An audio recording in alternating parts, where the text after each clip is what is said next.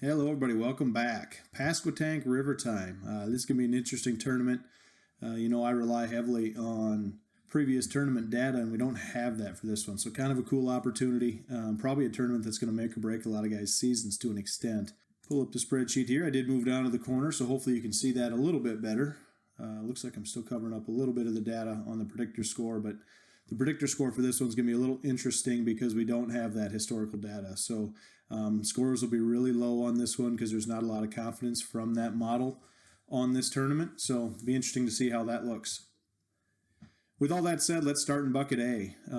You can see across the top there some of the tournaments I used to kind of help pick this one, some comparable tournaments. We had the 2024 FLW tournament on the Chowan River, which is off the same Albemarle Sound there down in North Carolina.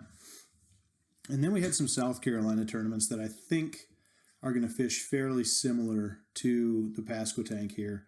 So we had the 2019 event at the Winya River. A little bit different habitat type, but it's a similar type of river that runs into a sound off of the ocean there. And so kind of a similar tidal, maybe a saltwater impact as you get closer down toward the lower end of the river. So a similar tournament from that aspect. And then I pulled in the three most recent Santee Cooper events. The primary reason there is the Pasquotank here is going to be a shallow water cypress tree type habitat. We're going to be right around the spawn, which a lot of these Santee Cooper ones were. So the style of fishing for those is going to be very similar, even if the habitat is, maybe somewhat different. Anyways, with all that said, let's pick bucket A. Some really good options here. Chris Johnston, a guy that's done well in all those events we looked at other than the Chowan River. The only person in this field that fished that 24 tournament on the FLW side was Randy Howell, I think is in bucket E. So other than that, Johnston has fished well at the Santee Cooper and Winya, having a good season, always a strong angler. Bill Owen, a guy here, this kind of is his wheelhouse again, another shallow water tournament, kind of like the one he won here to begin the year. So certainly somebody that could do well. BP, absolute stud at Santee Cooper. Could see him turning out a good one here. 5th, 3rd, and 1st in 3 Santee Cooper events. So if it's anything like that, he's got a shot. Ultimately, for me, the two guys I looked at were John Cox and Patrick Walters. I don't think you can go wrong really with either one of them. Good chunk of people picking both. I got 22.1 on Cox and 20.7 on Walters. Cox, the favorite on the predictor side with 36.05. Walters in second with 29.35. So really both good options. Ultimately, I'm going to stick with Patrick Walters here. That'll be the first 4 tournaments of the year that I'm picking him in bucket A. So I don't know how I feel about that other than he's just, he's a strong angler in almost every tournament. So for one where we don't have a lot of history, where I don't have a lot of confidence, he's typically a fairly safe bet. So Roland Walters in bucket A. Down into B, another couple good options here. Brock Mosley, a guy I am absolutely shocked, quite frankly, at his turnouts at the Santee Cooper. Really has struggled there. Seems like the type of tournament that would set up well for him. He does have a 13th at Winya, so he did get things figured out there. But Corey Johnston in this one, not very often you'll get to pick him in bucket B. Kind of similar to Chris, just a good overall angler, does well most places we go. He was 3rd at Winya and has a 5th and a 3rd at Santee Cooper. So from a historical perspective on those kind of semi-related tournaments, really, really good. Ultimately here in this one, it came down to Drew Cook and Trey McKinney for me. Drew Cook, we're going to be around the spawn. I assume there will be some fish on beds, probably some big weights. You could probably catch him in all 3 phases, I would guess, depending on how this next week looks. So he's a guy I really considered. Ultimately, though, I'm going Trey McKinney. No history here, but it's just kind of similar to bucket A, where I took Walters because of his consistency. Trey McKinney, since he's been on the Elite Series, is as consistent as they come. He's had 1 or 2 tournaments. He started the year with a really tough one down there in Florida, but over his Elite Series tenure, what's he fished? I'd have to look at the stats, but he's got basically 2 bad tournaments, Smith Lake last year, St. John's this year, and all the rest of them, he's been really competing towards the top. So I'm going to take Trey McKinney simply for that factor. On the predictor side, predictor actually likes KJ Queen in this one. Interesting pick. He doesn't have much historical on those related tournaments, which it wouldn't look at anyway. 20.7 points. He is a North Carolina guy, if I remember right, so that's probably part of that. It does have a local factor. And then the second place, Corey Johnston, 20.25 points. Into C. Another bucket with some good options. This was the hardest one for me to pick, quite frankly. Brandon Card, Hank Cherry at the top, both North Carolina guys, and understandably being picked at a fairly high rate because of that. Kyle Welcher, type of tournament sets up well for him where you can do that shallow water power fishing type stuff. From those tournaments I looked at perspective, Clifford Perch, a really strong option. 19th at Winya, 15th and 11th on two Santee Coopers. So obviously those South Carolina tournaments treated him well. Ultimately for me, I have flipped back and forth on this pick as many as any bucket this year.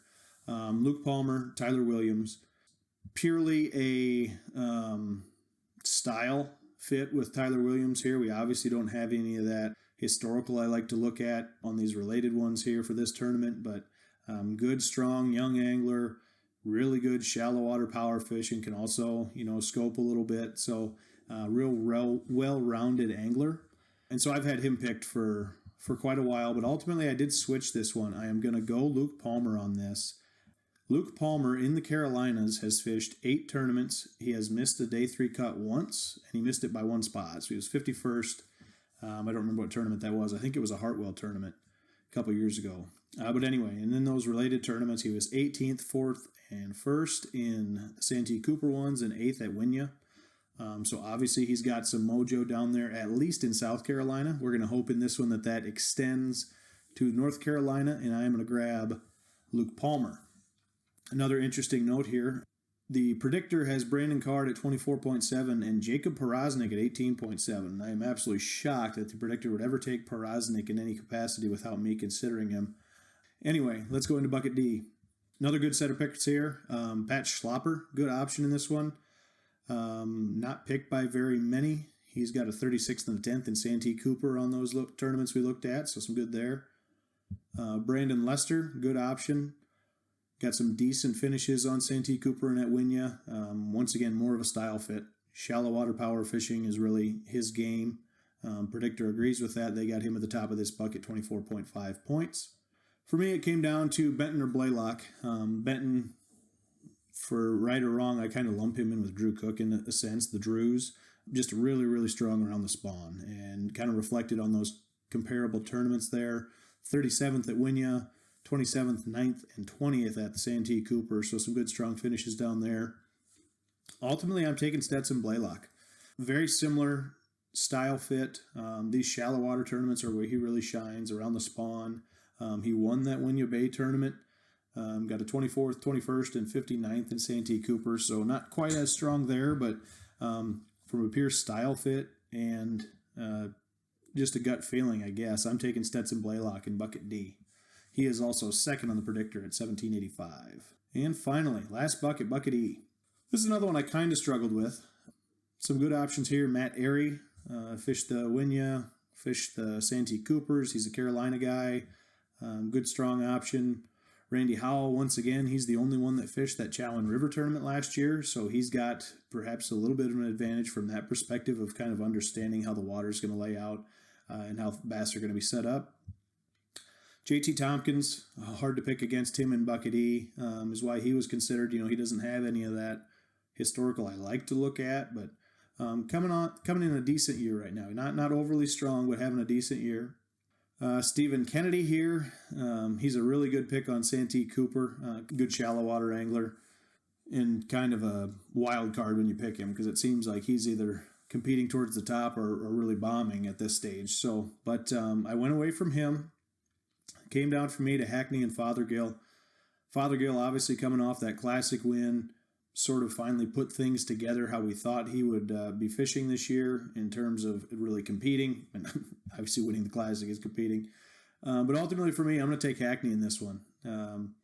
He, of all the anglers in that kind of generation, has held up the best, I would say, as we move into this new kind of scope-heavy generation, whatever you want to call it. And he's got some good, strong finishes in tournaments like this. Santee Cooper, he's got an 8th. He did not fish that Winya tournament, but this is just a style-wise a really good fit for him. So I'd be surprised if he doesn't do at least well, if not, competing towards the top. On the predictor side, predictor likes Matt Airy in this one, 18.75. Greg Hackney second, 17.45. So that will do it for our picks.